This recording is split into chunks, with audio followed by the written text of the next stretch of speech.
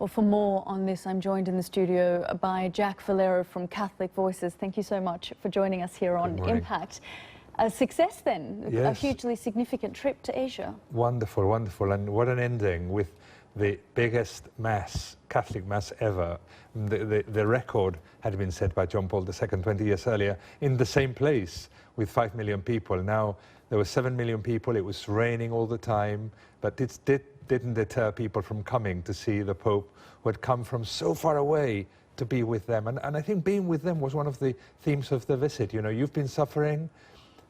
Actually, he wanted to go to the Philippines, to go to Tacloban, where the typhoon was, and to be with the victims. That was the main reason the trip happened in the first place. So being with people so far, and people who have suffered, who have had family members die or lost their homes. He wanted to be with them. It was really the message of inequality that resonated with the people there. Yes, yes. He talked a lot about poverty. I mean, right at the beginning of the trip, he said, the gospel talks about the poor all the time. If you take the poor out of the gospel disappears. The gospel is about responding to the poor, helping the poor. And Christianity is about this. So inequality is not acceptable. And he talked also about corruption, fighting corruption, because, you know, wherever there is inequality, there's always corruption. And that's not the way to tackle it. But obviously, he himself lives this very sober, poor life. And he's an example. And that's why people listen. He goes to a country such as the Philippines, where so many people live on 60 cents a day, and his message is heard because he's leading from the front. So that's a very important thing. Helping the poor. The church is there to help the poor, and here I am, and I'm going to help you. And you said one of the major reasons, and one of the reasons he wanted to go to the Philippines, was to go and visit Tacloban, and yes. That was quite a significant tour, wasn't it? What a moving mass. He was told, in fact, he was told the day before, look, there's going to be another typhoon on the day you have chosen to go there, so you better cancel that aspect. And he said, no, I've come from Rome. My main purpose is to go and see those people, so I'm not going to cancel that part of the trip.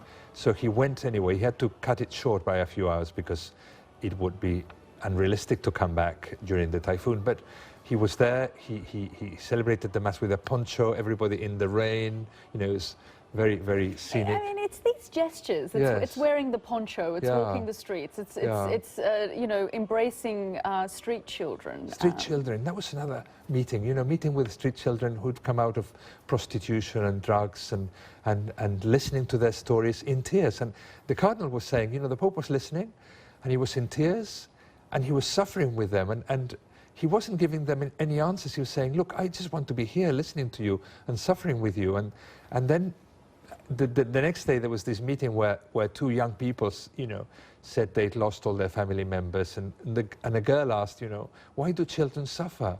And the Pope was so moved, he said, look, this girl has asked the most important question here, and we don't have the answer. But we have to cry together before we can understand the answer. And it's just that nearness and the understanding of people, you know, that really gets his message across. And it's been trending on social media, hashtag Pope in PH, and even today, hashtag We Love Pope Francis is all over social media. It was very funny, one of the services, because he started off his homily saying, quoting from the Gospel of St. John, Jesus saying to Peter, do you love me? And the people thought he was asking them, do you love me? And they said, yes! He said, oh, thank you. But I didn't mean that. But I mean, obviously, they had a survey before he arrived. Are you indifferent to the trip, or negative, or positive, or excited, or very excited? And more than 80% were very excited. You know, these are people who feel we live very far.